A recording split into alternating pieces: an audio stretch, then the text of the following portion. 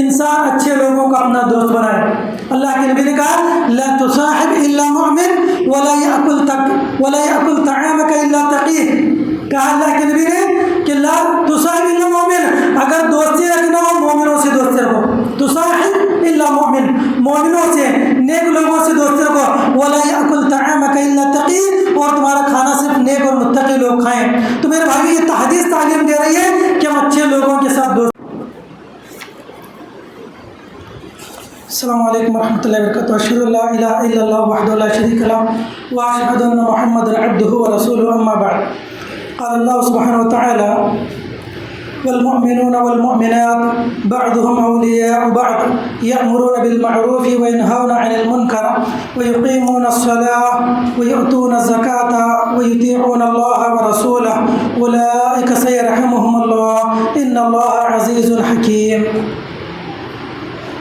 محترم سامعین، اس سے پہلے کے درس میں ہم لوگوں نے سورۃ التوبہ کی کچھ بنیادی باتیں ہم نے سماعت کی تھی کہ اللہ رب العالمین نے اس صورت میں لوگوں کو اللہ کے راہ میں مال خرچ کرنے کی تاکید کی ہے، اور جو لوگ اللہ کے راہ میں خرچ کیے بغیر سونا چاندی مال و دولت جمع کر رکھتے ہیں، ان کے لیے قیامت کے دن عذاب کی وعید سنائی گئی ہے۔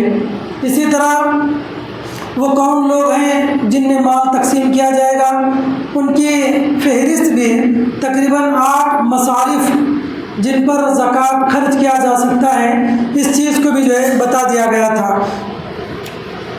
آج کے اس درس میں نے آپ لوگوں کے سامنے سورۃ التوبہ ہی کی ایک آیت کریمہ تلاوت کی ہے، جس میں اللہ رب العالمین نے مومنوں کے اوصاف کو بیان کیا ہے۔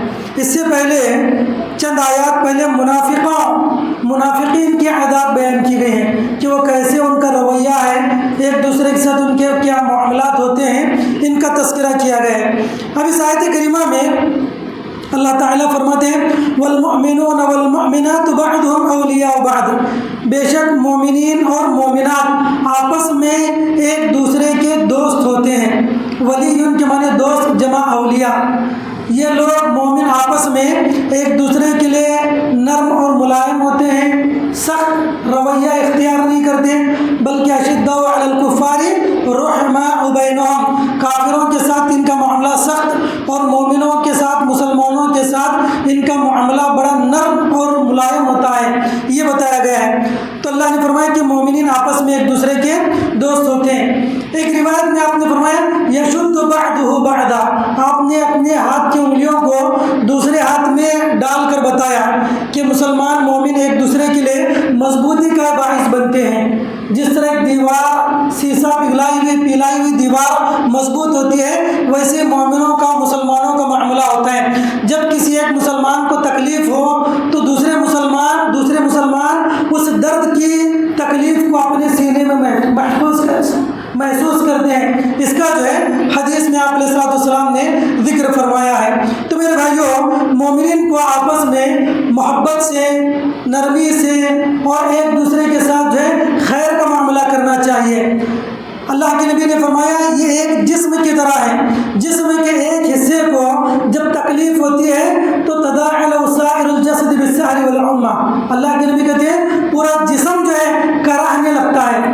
جسم کے صرف ایک حصے کو، ہاتھ کو مار لگے، پیر کو مار لگے، سر کو مار لگے، مار صرف ایک حصے کو لگتا ہے، لیکن اس کا درد، اس کا احساس انسان کے پورے جسم میں ہوتا ہے، اور انسان بخار میں مبتلا ہو جاتا ہے، اس کا چین اور سکون ختم ہو جاتا ہے، رات کی نیند ختم ہو جاتی ہے۔ یہ مثال اللہ کے نبی علیہ الصلوۃ والسلام نے مومنوں کی آپس میں دی ہے۔ تو فرمایا اللہ رب العالمین نے مومنین آپس میں ایک دوسرے کے بھائی ہیں۔ اس کے بعد جو ہے پہلی جو صفت اللہ نے بیان کی یأمرون بالمعروف وینہون عن المنکر، کہ مسلمان ایک دوسرے کو معروف کا حکم دیتے ہیں اور منکر سے روکتے ہیں، بھلائی کا حکم دیتے ہیں، برائی سے روکتے ہیں۔ میرے بھائیوں، یہ جو صفت ہے امر بالمعروف و نہی عن المنکر کی، مسلمانوں کا اولین فریضہ ہے۔ اسلام لانے کے بعد ہے یہ ہمارا بنیادی فریضہ ہے، بلکہ مسلمانوں کے وجود کا مقصد ہی کنتم خیر امۃ اخرجت للناس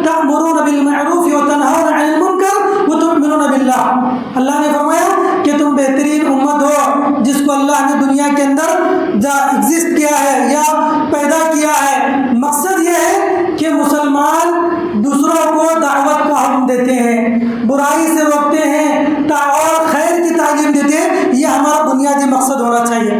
لیکن میرے بھائیو، افسوس کی بات ہے آج مسلمانوں سے یہ فریضہ مفقود ہو چکا ہے، ختم ہو چکا ہے۔ مسلمان جو ہے دعوت دین کو چھوڑ چکے ہیں۔ مسلمان یہ سمجھتے ہیں کہ ہم لوگ روزہ رکھیں، نماز پڑھیں اور نیک عمل کریں، ہمارے لیے کافی ہے۔ میرے بھائیوں، یہ بنیادی ذمہ داری ہے۔ دعوت دین کا کام ہم پر فرض ہے حسب استطاعت، ہماری استطاعت کے مطابق ہر مسلمان پر ضروری ہے۔ اللہ کے نبی نے کہا من رأى منكم منكرا فليغيره بيده فإن لم يستطع فبلسانه فإن لم يستطع فبقلبه وذلك أضعف الإيمان۔ اللہ کے نبی نے کہا جو بھائی کسی بندے کو منکر کام کرتے دیکھے، من رأى منكم، جو تم میں سے کسی شخص کو منکر کام کرتے ہوئے دیکھے، برا کام کرتے ہوئے دیکھے، اس کی ذمہ داری ہے اپنے ہاتھ سے اس کو روکے۔ نہیں رکھ سکتا اتنی طاقت، اپنی زبان سے روکے۔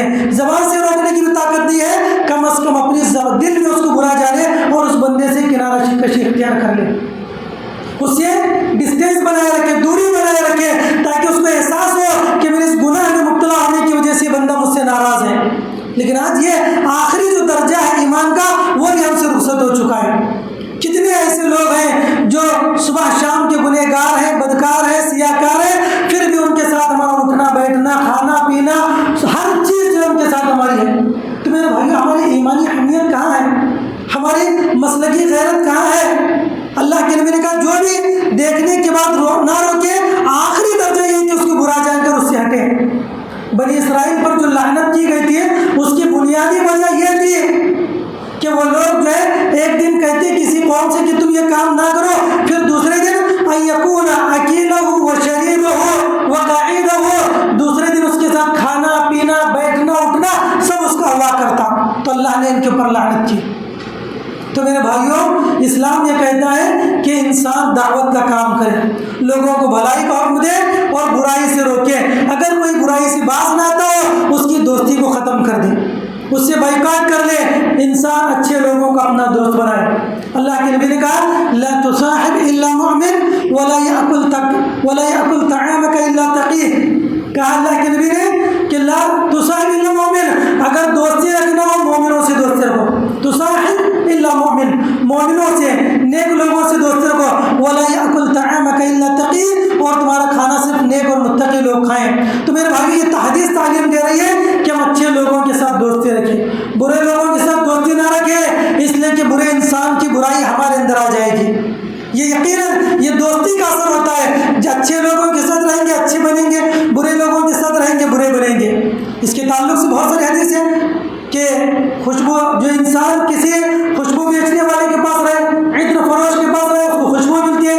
جو کسی لوہا بھٹی دھوکنے والے کے پاس ہو، اس کو سوائے دھول ڈسٹ چنگاری اور اس آئرن کی بو، اس کے علاوہ اس کو کچھ نصیب نہیں ہوگا۔ تو یہ مثال اللہ کے نبی نے دی ہے۔ تو خیر، ہم لوگوں کو چاہیے کہ دعوت کا کام کریں، لوگوں کو بھلائی کا حکم دیں اور برائی سے روکیں، یہ ہماری بنیادی ذمہ داری ہے، پہلی ذمہ داری ہے۔ اللہ نے فرمایا کہ ہماری دنیا میں آنے کا مقصد بھی یہی ہے، پیدا ہونے کے بعد، مسلمان ہونے کے بعد جو سب سے پہلا مقصد لوگوں کے اندر دعوت و تبلیغ کا کام کرنا، آج بالکل ختم ہے۔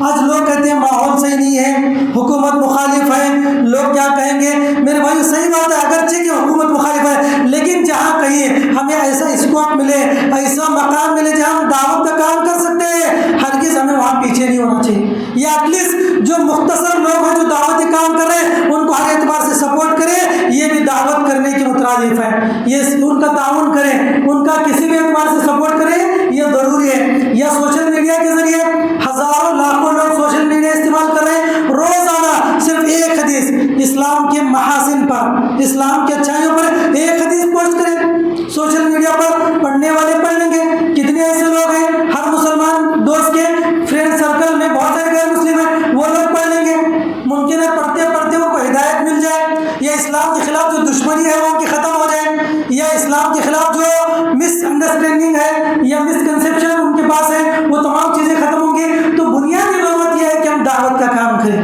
یہی بات اللہ نے فرمائی والمؤمنون والمؤمنات بعضهم اولیاء بعض یأمرون بالمعروف وینہون عن المنکر۔ مومنین کا سب سے پہلا فریضہ بھلائی کا حکم دینا، برائی سے روکنا۔ اور اللہ کے نبی علیہ السلام کے بعد جو ہے صحابہ کرام نے یہ کیا ہے. یہ کام ہم لوگوں نے بالکل بھلا دیا ہے. اور جتنے عذابات آ جا رہے ہیں اس کی بنیادی وجوہات میں ایک وجہ دعوت دین کو چھوڑ دینا. میرے بھائی بہت بنیادی ذمہ داری ہماری ہے. اللہ کے نبی نے کیا کہا؟ لوگ جب دعوت دین کا کام چھوڑ دیں گے قریب ہے کہ اللہ ان کو عذاب میں مبتلا کر دے. ایعمہم اللہ بعذاب او بعقاب. اللہ تعالیٰ عذاب میں اور ایک بعقاب میں مبتلا کرے گا جو دعوت دین کا کام چھوڑے. اور ایک روایت میں ہے کہ لوگ دعائیں کریں گے اللہ ان کی دعاؤں کو قبول نہیں کریں گے. کیوں؟ دعوت دین کا کام انہوں نے چھوڑ دیا. آج یہی حالات ہے میرے بھائی. کتنی چیزیں. اور بعض روایتوں میں جس کے اوپر کلام ہے کہ اللہ تعالیٰ ظالم اور جابر حکمرانوں کو مسلط کرے گا. آج وہی حال ہے میرے بھائی. آج ہمیں ہر طرح سے ذلت اور رسوائی کا سامنا کرنا پڑ رہا ہے, عذاب کا سامنا کرنا پڑ رہا ہے. ظالم اور جابر حکومتیں ہم پر حکومت کر رہی ہے, ہماری دعائیں قبول نہیں ہو رہی. کتنے لوگ ہیں جو صبح شام دعائیں کر رہے ہیں لیکن کسی کی دعائیں قبول نہیں ہوتی. وجہ کیا ہے میرے بھائی؟ ہم نے دعوت دین کا کام چھوڑ دیا. یہ بنیادی ذمہ داری ہے. جہاں کہیں ہمیں موقع ملے ہم کسی مسلمان کو اسلام کی دعوت دیں. ایک بات سے اگر ہم پہنچا سکتے ہیں ضرور پہنچائیں. براہ راست نہیں پہنچا سکتے تو سوشل میڈیا کے ذریعے پہنچائیں. یا وہ جماعتیں جو باقاعدہ اس کے لیے اپنے آپ کو وقف کر چکی ہے ہم ان کو ہر اعتبار سے فزیکلی ہو, فائنینشلی ہو یا مینٹلی طور پر کوئی مشورہ دینا ہو, کسی بھی اعتبار سے ان کی مدد کریں. یہ بھی کچھ نہ کچھ جو ہے حصہ شمار ہوگا ہمارے دعوت دین کے اندر. تو میرے بھائیو بنیادی ذمہ داری ہے. تو یہ مومنین کی دوسری صفت بیان کی ہے. تیسری صفت جو ہے وہ یقیمون الصلاۃ ویؤتون الزکاۃ ویطیعون اللہ ورسولہ. یہ لوگ نمازوں کو قائم کرتے ہیں. یہ مومن کی بنیادی صفت ہے. آج کہاں مسلمانوں میں نماز کا اہتمام ہے؟ نماز یقیمون الصلاۃ سب سے زیادہ میرے بھائیو نماز کا تذکرہ ہے. اقامت الصلاۃ کہیں پر بھی نماز پڑھنے کا ذکر نہیں ہے. قرآن میں نماز قائم کرنے کا ذکر ہے, نماز پڑھنے کا ذکر ہے, نماز قائم کرنے کا ذکر ہے. پڑھنا کبھی دل میں آیا پڑھ لیا چھوڑ دیا, لیکن قائم کرنے کا مطلب ہے استقامت کے ساتھ یا پابندی کے ساتھ ہے اس کے اوپر جمع رہے بندہ. یہ ہے نماز کا قیام, قائم کرنا. میرے بھائی ایک روایت ہے اذا رأيتم الرجل يعتاد المسجد فاشهدوا له بالایمان. اللہ کے نبی نے کہا جس بندے کو تم دیکھو روزانہ اس کا کام مسجد کو آنا جانا ہے فاشهدوا له بالایمان, اس کے ایمان کی گواہی دو. اعتاد کی معنی ہوتی ہے عربی زبان میں بار بار آنا جانا, جس کی عادت ہی ہو مسجد کو آنا جانا, اس کا دل قلب معلق بالمساجد, مسجد سے اس کا دل جڑا ہوا ہو, مسجد کے اندر اس کا دل لٹکا ہوا ہو, وہ شخص مسلمان ہے. تو اللہ کے نبی نے کہا اس کے ایمان کی تم گواہی دو. فاشهدوا له بالایمان. اب میرے بھائیوں جس کا روزانہ جانا آنا نہیں ہے مسجد کو, جس کا دل مسجد سے جڑا ہوا نہ ہو, وہ کبھی کبھار ہفتے میں ایک مرتبہ جمعہ کے دن نماز کو آتا ہے, کیا وہ ایمان کی گواہی اس کی دی جا سکتی ہے؟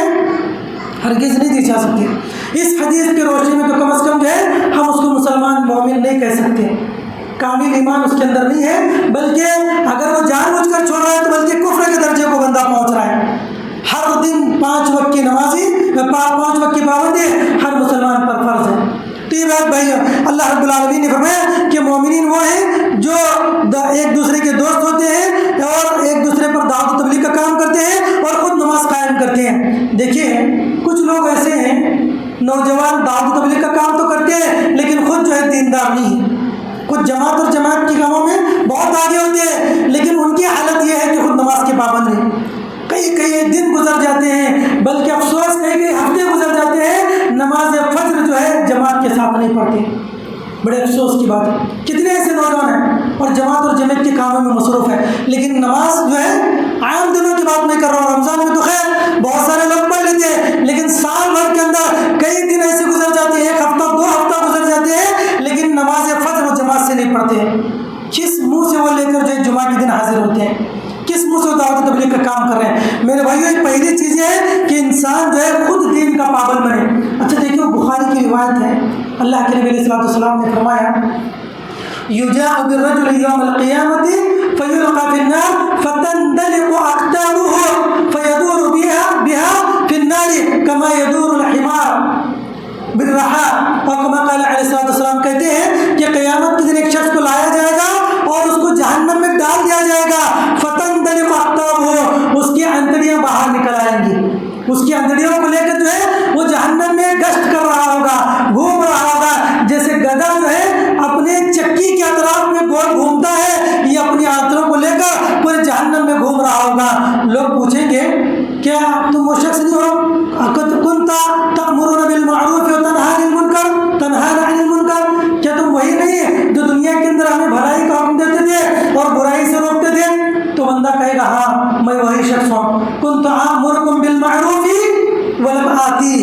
وَأَنْهَاكُمْ عَنِ الْمُنْكَرِ وَآتِيهِ، وہ بندہ کہے گا کہ ہاں اے اللہ کے بندو میں وہی ہوں، میں تمہیں بھلائی کا حکم تو دیتا تھا لیکن میں خود بھلائی نہیں کرتا تھا، میں تمہیں برائی سے روکتا تھا لیکن میں خود برائی کرتا تھا، آج اس کے نتیجے میں اس جہنم کے اندر آیا۔ تو میرے بھائیوں، دعوت و تبلیغ کے ساتھ ساتھ جو ہے دین کے انسان کا دین پر عمل کرنا ضروری ہے۔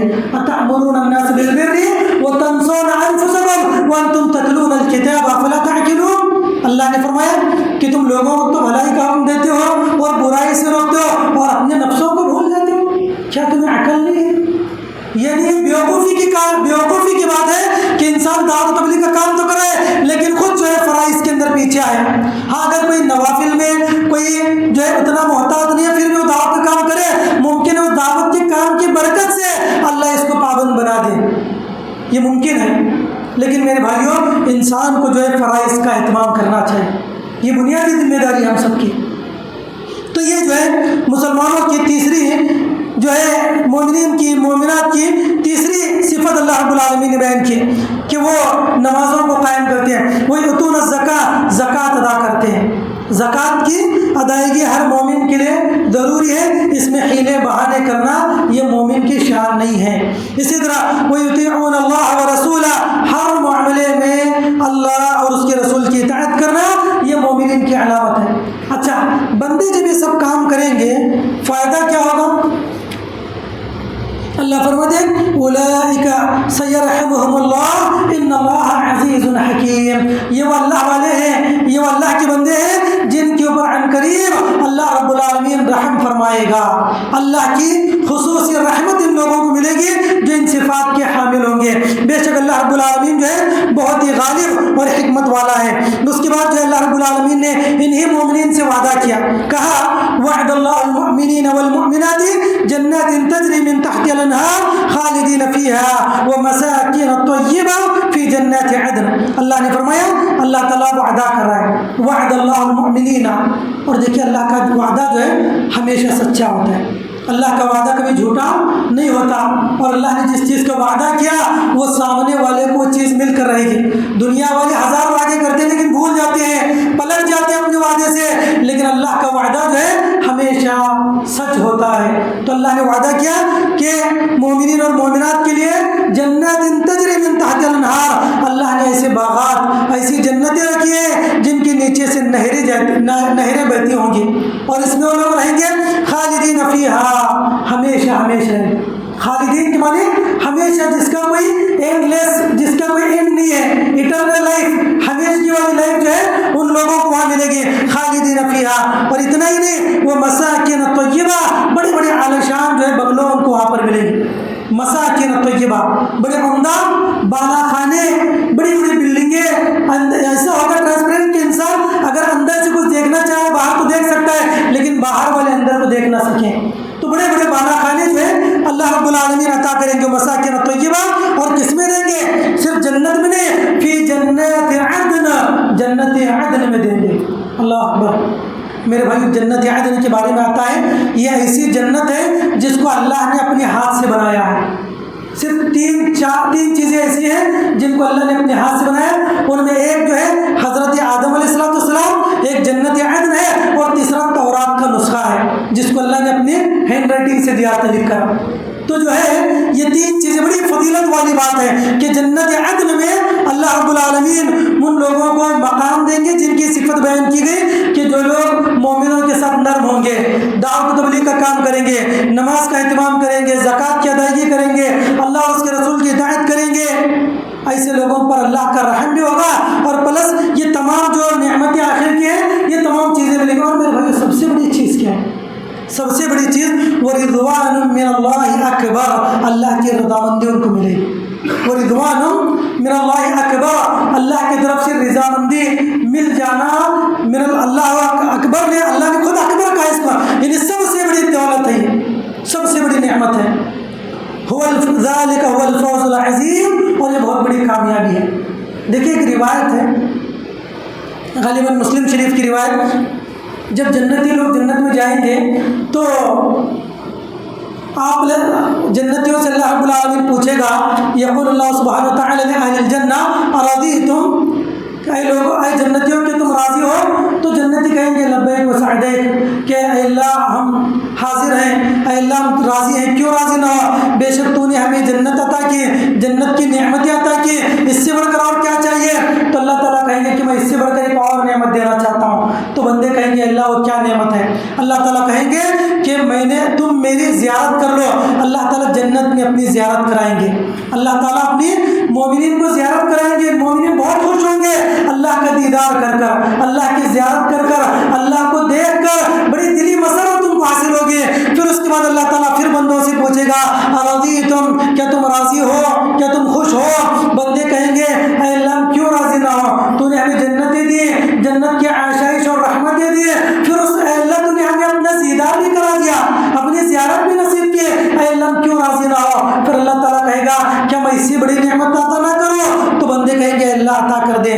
تو اللہ تعالیٰ کہے گا قد حلت لکم رضوانی وقال احل لکم رضوانی، کہ میں نے آج تمہارے لیے میری رضامندی کو حلال کر دیا، فلا اسخط لکم بعد، آج کے بعد میں تم پر کبھی غصہ نہیں ہوں گا، کبھی ناراض میں تم پر نہیں ہوں گا۔ تو اللہ تعالیٰ کہتے ہیں کہ یہ سب سے بڑی نعمت ہے، جنت سے بڑی نعمت، اللہ کی دیدار سے بڑی نعمت یہ اللہ کی رضامندی ہے۔ ہم لوگ یہی سمجھتے ہیں نا کہ اللہ کی نعمت جنت بڑی نعمت ہے، اس سے بڑی نعمت اللہ کا دیدار، اس سے بڑی نعمت اللہ کا راضی ہو جانا۔ تو میرے بھائیو اللہ نے فرمایا ورضوان من اللہ اکبر، اللہ کی رضامندی مل جائے گی اور یہ بہت بڑی نعمت ہے۔ اور دیکھیے صحابہ کرام کو اللہ نے دنیا کے اندر ایک چیز دے دی تھی، رضی اللہ عنہم ورضوا عنہ، اس سے بڑھ کر دنیا اور آخرت میں کوئی سرٹیفکیشن نہیں، سب سے بڑی دولت۔ اور ویسے قربانیاں انہوں نے پیش کی، ویسے قربانیاں جو ہے انہوں نے پیش کی، اللہ نے ان کو یہ سرٹیفکیٹ عطا کی رضی اللہ عنہم ورضوا عنہ کی۔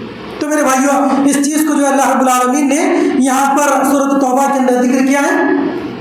اس کے بعد جو ہے پھر مزید منافقین کے بہت سارے صفات بیان کیے، میں جو ہے ان میں صرف منتخب کچھ صفات جو ہے اس سے پہلے بیان کیا اور کچھ یہاں پر جو ہے بیان کر رہا ہوں۔ دیکھیے ایک چیز یہ ہے ان کی خباثت یہ تھی منافقین کی، یہ لوگ تو اللہ کے راہ میں کبھی خرچ نہیں کرتے تھے، اللہ کے راہ میں کبھی ان لوگوں نے خرچ نہیں کیا، لیکن جو لوگ خرچ کرتے الذین یلمزون المتطوعین من المؤمنین فی الصدقات والذین لا یجدون الا جہدهم فیسخرون منهم سخر اللہ منهم ولهم عذاب علیم۔ اللہ رب العالمین نے ان لوگوں کے بارے میں کہا کہ ایسی خبیث قوم ہے کہ جب اللہ کے نبی صلی اللہ علیہ وسلم نے ان سے کہا تمام لوگوں سے غزوہ تبوک کے موقع پر کہ بڑا دور دراز کا سفر ہے، جس کے پاس جو کچھ ہے لائے تاکہ ہم لوگ جو جہاد کے لیے نکلے، جنگ کے لیے نکلے، تو لوگ اپنی حیثیت کے مطابق لوگ لے کر آئے، جس کے پاس کچھ نہیں ہے ایک مٹھی ہی اناج وہ لے کر آئے، تو صحابہ لے کر آئے کچھ مٹھی جو ہے کچھ لوگ لے کر آئے، تو یہ لوگ کہنے لگے، منافقین جو مذاق اڑانے لگے، دیکھو دیکھو کہ اللہ تعالیٰ کے ان کی ایک مٹھی یا گیہوں اور راشن کا محتاج ہے، یہ کیسی قوم ہے، یہ کہہ کر جو مذاق اڑانے لگے۔ تو اللہ نے فرمایا کہ لوگ دنیا میں ان کا مذاق اڑائیں گے، اڑا رہے ہیں، فَيَسْخَرُونَ مِنْهُمْ سَخِرَ اللَّهُ مِنْهُمْ، لیکن ایک دن اللہ ان کا مذاق اڑائے گا، اللہ استہزاء کرے گا، ان کا مذاق اڑائے گا، وَلَهُمْ عَذَابٌ عَلِيمٌ، اور ان کے لیے دردناک عذاب ہے، یہ اللہ نے بیان کیا۔ تو منافقین کی، اور دیکھیے منافقین جنگ میں تو کبھی شریک نہیں ہوتے، لیکن جنگ کے بعد جو مال غنیمت ملتا اس کو لینے کے لیے سب سے پہلے حاضر ہو جاتے، اور جب اللہ کے راہ میں دینے کی بات ہوتی ہے سب سے پیچھے ہوتے ہیں، جب لینے کی بات ہوتی ہے سب سے آگے ہوتے ہیں۔ کہ یہ لوگ جو ہے کبھی راہ خدا میں، راہ الہ میں خرچ نہیں کرتے، اور جو خرچ کرنے والے صحابہ ہیں ان پر لعن طعن کرتے ہیں۔ دیکھیے بہت سارے منافقین تھے، ان میں منافقین کا ایک سردار تھا جس کا نام کیا تھا؟ عبداللہ بن ابی بن سلول، جزاک اللہ خیر، عبداللہ بن ابی بن سلول منافقین کا جو ہے یہ سردار تھا، اور اس کی بڑی جو ہے بہت ہی تاریخ ہسٹری ہے۔ خیر جب اس کا ذکر ہے تو دیکھیں گے، تو جب یہ مرا عبداللہ بن ابی بن سلول تو اس کا بیٹا جو ہے مسلمان تھا، بیٹا مسلمان تھا۔ اللہ کے نبی صلی اللہ علیہ وسلم کے پاس بیٹا آیا اور آ کر کہنے لگا اللہ کے رسول صلی اللہ علیہ وسلم میرے باپ کا انتقال ہو گیا، میں جانتا ہوں کہ وہ کافر ہے، منافق ہے، لیکن اللہ کے نبی اگر آپ دعا کریں تو مجھے اچھا لگے گا، ممکن ہے اس کی کچھ معافی ہو جائے۔ تو اللہ کے نبی صلی اللہ علیہ وسلم نے پوچھا کون ہو؟ کہا وہ بیٹا ہو۔ پوچھا نام کیا؟ کہا حباب۔ اس بندے نے اس بیٹے نے کہا حباب، اللہ کے نبی نے کہا کہ نہیں، انت عبداللہ ابن عبداللہ، کہا کہ تمہارا نام عبداللہ ہے، تم عبداللہ کے بیٹے عبداللہ ہو، حباب شیطان کا نام ہے، آپ نے نام بدل دیا ان کے بیٹے اس کے بیٹے کا اور عبداللہ نام رکھ دیا، تو عبداللہ ابن ابی بن سلول۔ تو اللہ کے نبی علیہ السلام گئے، جا کر جو ہے استغفار اور اس کی مغفرت کے لیے دعا کرنے کے لیے، حالانکہ یہ جگ ظاہر تھا کہ منافق ہے، صحابہ کرام جانتے تھے کہ منافقوں کا سردار ہے، صرف منافق ہی نہیں بلکہ سرغنہ ہے ان کا۔ اللہ کے نبی گئے، کہا کہ دیکھو جب تجہیز و تکفین کا وقت ہو تو مجھے اطلاع دینا، چلے گئے اللہ کے نبی، اور آپ نے اپنا جبہ تک نکال کر دے دیا، اس کو پہنا دیا بیٹے کی خاطر۔ دیکھیے اللہ کے نبی خواطر قلبیہ کا بڑا خیال کرتے، احساسات، جذبات، لوگوں کے جذبات کا بڑا قدر کرتے اللہ کے نبی، حالانکہ کافر ہیں۔ اللہ کے نبی علیہ السلام جو ہے یہ شخص کافر ہے، منافق ہے، لیکن بیٹا اس کا مومن ہے، بس مومن کی قدر کرتے ہوئے، اس بیٹے کے دل کے احساسات اور جذبات کی قدر کرتے ہوئے اللہ کے نبی علیہ السلام نے اپنے جبہ نکال کر دے دیا۔ تو اسلام میں اس کا بڑا اہتمام ہے، لوگوں کا دل نہیں دکھانا چاہیے، ہمیشہ لوگوں کا دل رکھنا چاہیے، گرچہ کہ اس کے بدلے ہمیں کچھ کرنا ہی کیوں نہ پڑے، لیکن لوگوں کے دل کو جیتنے کی کوشش کرنی چاہیے۔ تو اللہ کے نبی نے اپنا جبہ نکال کر دے دیا اور اسی جبے میں اس کو دفن بھی کر دیا گیا۔ سوچا یہ آپ نے کہ اگر میرے جبہ پہننے سے کچھ فائدہ ہوتا ہے تو ہو جائے۔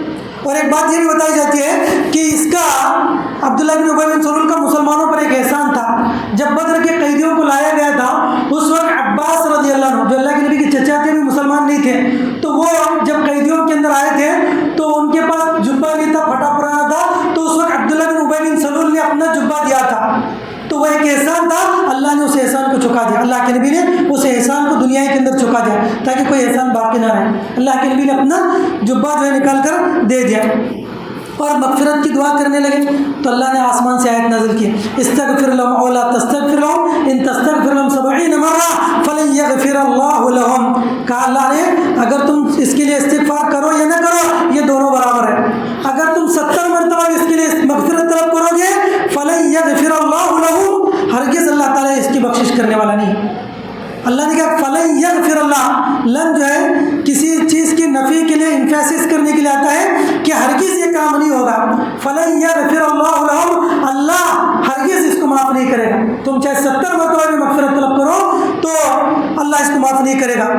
تو پھر بھی جو ہے بیٹے کی اصرار تھا، انسسٹ کرنے لگا بیٹا کہ اللہ کے نبی دعا کیجیے، آپ نماز پڑھائیے آپ۔ اللہ کے نبی علیہ السلام چلے گئے، کہنے لگے کہ چلو میں دعا کر لیتا ہوں، حضرت عمر ہاتھ پکڑ لیے، کہنے لگے اللہ کے نبی آپ اس کے لیے مغفرت کی دعا کریں گے، آپ اس کی نماز پڑھیں گے جس کے بارے میں اللہ نے کہا کہ اس کی مغفرت نہیں ہوگی؟ تو اللہ کے نبی کا رحم دلانہ مزاج دیکھیں، شفیقانہ رحیمانہ سلوک دیکھیں اللہ کے نبی کا، کہتے ہیں کہ اللہ نے کہا ہے کہ 70 مرتبہ اگر مغفرت کی جائے تو اللہ معاف نہیں کرے گا، میں 70 سے زیادہ مرتبہ مغفرت طلب کروں گا، 70 سے زیادہ مرتبہ میں اس کے لیے مغفرت کی دعا کروں گا۔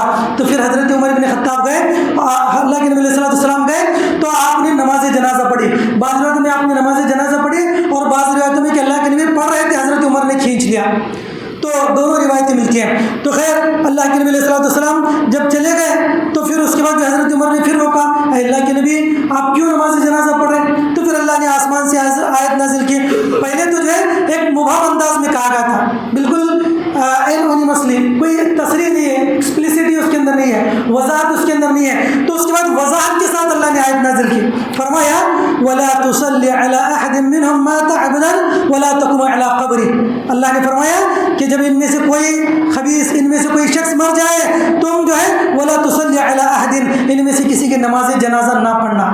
پہلے تو ایک مبہم جملہ کہا تھا لیکن یہ وضاحت کے ساتھ کہہ دیا تھا کہ آپ ان میں سے کسی کی نماز جنازہ نہ پڑھنا، وَلَا تَقُمْ عَلَىٰ قَبْرِهِ، ان کی قبر پر کھڑے ہو کر دعا بھی نہ کرنا، اس لیے کہ اس لائق نہیں کہ ان کے لیے مغفرت کی دعا ایک نبی کرے۔ آگے جو ہے چند آیات کے بعد اللہ رب العالمین نے حضرت ابراہیم علیہ السلام کے بارے میں بیان کیا کہ حضرت ابراہیم علیہ السلام کو اللہ نے اپنے والد کے بارے میں مغفرت کی دعا کرنے سے منع کیا، وما كان استغفار ابراہیم لأبيه الا عن موعدة وعدها اياه فلما تبين له انه عدو لله تبرأ منه، اللہ نے منع کیا کہ ما كان للنبي والذين آمنوا ان يستغفروا للمشركين ولو كانوا اولي القربى، کتنے ہی قریبی کیوں نہ ہو، کوئی نبی کے لیے زیب نہیں دیتا کہ ان کے لیے مغفرت کی دعا کرے، العالمین نے نبی علیہ السلام کو بھی منع کیا، اور پھر جو ہے حضرت ابراہیم جلیل القدر پیغمبر من الرسول جن کی پیروی کا خود اللہ کے نبی کو حکم دیا گیا، تو اس نبی کو بھی جو ہے منع کیا گیا کہ اپنے والد مشرک والد کے لیے مغفرت کی دعا نہیں کر سکتے۔ تو یہاں پر جو ہے منافقین کا تذکرہ اللہ رب العالمین نے بیان کیا۔ اس کے بعد جو ہے اللہ رب العالمین نے غزوہ تبوک میں پیچھے رہنے والے چند صحابہ کا ذکر فرمایا۔ 3 صحابہ مشہور تھے، 3 صحابہ کرام مشہور تھے، مرارہ بن ربیع، کعب بن مالک، ہلال بن امیہ۔ یہ 3 صحابہ، یہ لوگ جو ہے کچھ اپنی سستی اور غفلت کی وجہ سے نہیں جا سکے، حالانکہ چاہتے تھے جانا۔ حضرت کعب بن مالک کا بڑا واقعہ مشہور ہے کہ جب تبوک کا اعلان کیا گیا کہ ہمیں نکلنا ہے غزوے کے لیے، تو صحابہ کرام تیاری شروع کرنے لگے۔ ان لوگوں نے بھی فصل کی کٹوتی کا وقت تھا، سوچا کہ چلو ہم اپنی فصل بھی دیکھ لیں اور کر لیں گے، آج نکلیں گے۔ اس میں جو ہے یہ ڈیلے کرتے گئے۔ صاحب وہ کہتے ہیں کہ ہر دن میرا یہ ارادہ تھا کہ میں نکل جاؤں گا اور تیز جا کر جو ہے ان سے جا کر ملاقات کروں گا۔ ہر دن یہی سوچتے جو ہے وقت ختم ہو گیا، اللہ کے رسول صلی اللہ علیہ وسلم غزوے سے واپس بھی آ گئے اور یہ صحابہ سوچتے ہی رہ گئے۔ تصویر جو ہے دیکھیے، اللہ ایک حدیث میں منع کیا ہے نا اس میں کہ تصویر سین اور صوفہ، یعنی میں کل کروں گا، پروکریسٹینیشن جس کو کہتے ہیں پروکریسٹینیشن، کہ میں کام کل کروں گا۔ یہ بندہ جو کہتا ہے نا کل کروں گا، یہ کل کبھی نہیں آتا، یہ کل جو ہے کبھی نہیں آتا۔ انسان کو جو کچھ کرنا ہے آج ہی کرنا ہے، کل کے بھروسے پر نہیں رہنا چاہیے انسان کو۔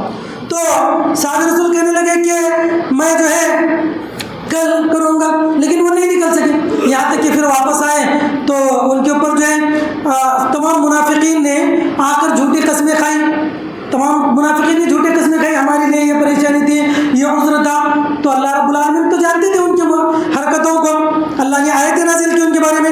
اب یہ 3 صحابہ تھے، انہوں نے آ کر سچ بتا دیا، اے اللہ کے نبی ہمارا کوئی عذر نہیں تھا، ہمارے پاس کوئی پریشانی بھی نہیں تھی، ہمارے پاس سواریاں بھی موجود تھیں۔ حضرت کعب بن مالک کہتے ہیں ایک چھوڑ کر 2 سواریاں میرے پاس ہیں، لیکن بس میں سستی کی وجہ سے ہر دن یہی سوچتا تھا کہ کل نکلوں گا، لیکن نہیں نکل سکا۔ تو انہوں نے آ کر سچی قسمیں کھائی اور سچ بتا دیا۔ تو منافقین تو چھوٹ گئے، جھوٹی قسمیں کھا کر وہ لوگ چھوٹ گئے، لیکن ان تینوں کے اوپر سرزنش آئی۔ اللہ کے رسول نے ان سے بات بند کر دی۔ اللہ کے رسول نے بات نہیں بند کیا، بلکہ پورے صحابہ کرام نے بات بند کر دیا۔ 50 دن تک جو ہے بات بند کر دیا اللہ کے نبی۔ کہتے ہیں حضرت کعب بن مالک ایک دن جو بڑی تکلیف سے گزرتا تھا، نبی صلی اللہ علیہ وسلم ہر دن جو ہے حضرت کعب بن مالک آتے ہیں، اور دیکھو کیا محبت تھی وہ صحابہ کرام کی، ہر دن جاتے ہیں، یہ آنکھوں میں ان کے آنسو آتے ہیں، ہر دن آ کر نبی کے سامنے بار آ کر نبی کو سلام کرتے ہیں، اور نبی کے ہونٹوں کو دیکھتے ہیں کہ نبی میرے سلام کا جواب دے رہے ہیں یا نہیں دے رہے، یعنی بڑی عجیب محبت تھی صحابہ کرام کی۔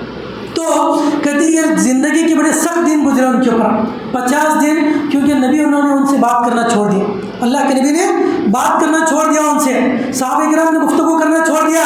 بس کعب بن مالک آتے، نماز پڑھتے چلے جاتے۔ تو یہاں تک کہ اللہ رب العالمین نے تقریباً 50 دن کے بعد جو ہے ان کی توبہ قبول کر لی۔ وعلى الثلاثة الذين خلفوا حتى إذا ضاقت عليهم الأرض بما رحبت وضاقت عليهم أنفسهم وظنوا أن لا ملجأ من الله إلا إليه ثم تاب عليهم ليتوبوا إن الله هو التواب الرحيم۔ کہتے ہیں کہ ماحول ایسا بن گیا حتى إذا ضاقت عليهم الأرض، یہ زمین جو ہے اپنی کشادگی کے باوجود بہت تنگ ہو گئی ان کے لیے، ایسا لگتا ہے کہ کسی چیز میں ڈال کر ان کو دبایا جا رہا ہو۔ بما رحبت، زمین اتنی کشادہ ہونے کے باوجود بھی ہے ان کے لیے تنگ ہو گئی۔ وضاقت علیہم انفسہم، اور ان کے نفسوں کے اندر خود گھٹن محسوس کرنے لگے، بڑی بے چینی اور اضطراب کی کیفیت تھی، بہت ہی جو ہے ذاق سفوکیشن، یعنی آدمی کو بڑی گھٹن محسوس ہونے لگے۔ تو یہ حالت جو ہے ان کی تھی، 50 دن تک یہ حالت رہی۔ پھر اللہ رب العالمین نے توبہ کی آیت کریمہ نازل کی، تو صحابی جو ہے دوڑتے گئے، حضرت کعب بن مالک سے کہا کہ تمہاری توبہ اللہ رب العالمین نے قبول کر دی۔ تو دینے کے لیے کچھ نہیں تھا ان کو، خوشخبری سنائی، کچھ دینا ہے، دینے کے لیے کچھ نہیں تھا، جسم کا جبہ اتار کر دے دی کہ یہ لے لو میری طرف سے۔ تو میرے بھائیو یہ ان 3 لوگوں کا، دیکھیے جن لوگوں نے جھوٹ کہا ان کو تو اللہ نے چھوڑ دیا، کیونکہ ان کے لیے عذاب آخرت میں، جنہوں نے سچ کہا ان کے اوپر سختی نازل ہوئی۔ تو پھر بھی آدمی کو ہمیشہ سچ پر ہونا چاہیے۔ آدمی جانتا ہے کہ اگر میں سچ کہوں گا تو میرا نقصان ہے، پھر بھی نقصان برداشت کرے، لیکن سچ کہیں، صرف کسی پریشانی اور تکلیف سے بچنے کے لیے جھوٹ نہ بولے۔ ہو سکتا ہے یہ تکلیف پریشانی وقتی ہو لیکن دائمی ابدی انسان کے لیے فائدہ ہے۔ تو اس کو جو ہے اللہ رب العالمین نے ان آیات کے اندر ذکر کیا ہے۔ پھر اللہ نے ان کی توبہ نازل کی، بہت اللہ تعالیٰ جو ہے توبہ قبول کرنے والا ہے۔ اس کے بعد پھر اللہ نے فرمایا لوگوں کے لیے اصول دیا، ان کی سچائی دیکھیے، اللہ نے دنیا والوں کو اصول دیا، یا ایھا الذین آمنوا اتقوا اللہ وکونوا مع الصادقین، اے مومنو اللہ سے ڈرتے رہو اور سچے لوگوں کے ساتھ رہو۔ یعنی تین لوگ جو آئیڈیل بن گئے دنیا والوں کے لیے، نمونہ بن گئے، سچ کہا، تکلیفیں برداشت کر دی، لیکن دنیا والوں کے لیے رول ماڈل بن گئے۔ اللہ نے فرمایا وَكُونُوا مَعَ الصَّادِقِينَ، دنیا میں سچے لوگوں کے ساتھ رہو۔ اس کے علاوہ جو ہے اس میں اللہ رب العالمین نے قبا مسجد جو ہے مدینہ منورہ کے اندر، وہاں کے لوگوں کے لیے بڑی فضیلت بیان کی ہے کہ تقوی والے وہ لوگ ہیں، بڑے پاکیزہ اور طہارت پسند وہ لوگ ہیں، ان کی تعریف اللہ نے بیان کی۔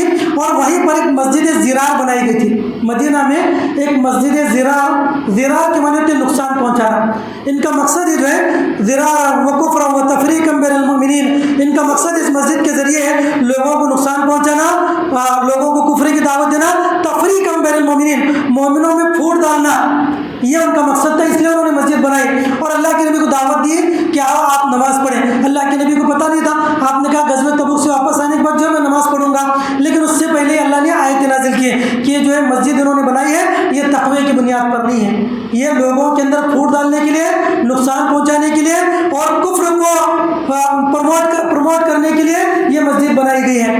تو اللہ کے نبی آپ وہاں نہ جائیں، بلکہ بہتر ہے کہ آپ اس مسجد کے اندر جائیں جس مسجد کو لوگوں نے تقوی کی بنیاد پر قائم کیا ہے۔ تو مسجد قباء کی یہاں پر تعریف کی گئی ہے۔ تو خیر اس میں ایک بات یہ معلوم ہوتی ہے کہ لوگ مسجدیں قائم کریں تقوی کی وجہ سے، لوگوں کو پھوٹ ڈالنا، لڑائی جھگڑا کرنا یا لوگوں کو نیچے دکھانے کے لیے مسجدیں نہ بنائیں، بلکہ تقوی کی بنیاد پر ہماری مساجد کا قیام ہونا چاہیے، مساجد کی تاسیس ہونی چاہیے۔ اور اس کے علاوہ جو ہے اللہ رب العالمین نے مومنین کے بارے میں فرمایا کہ اللہ تعالیٰ نے مومنوں سے ان کے نفوس کو خرید لیا ہے جنت کے بدلے، اس کا جو اللہ تعالیٰ نے تذکرہ فرمایا۔ خیر اللہ تعالیٰ سے اللہ رب العالمین ہم تمام مسلمانوں کو جو قرآن و حدیث کے اندر جتنے احکام بتائے گئے ہیں ان تمام احکام پر عمل کرنے کی توفیق عطا فرمائے، آمین یا رب العالمین۔ السلام علیکم و رحمۃ اللہ وبرکاتہ۔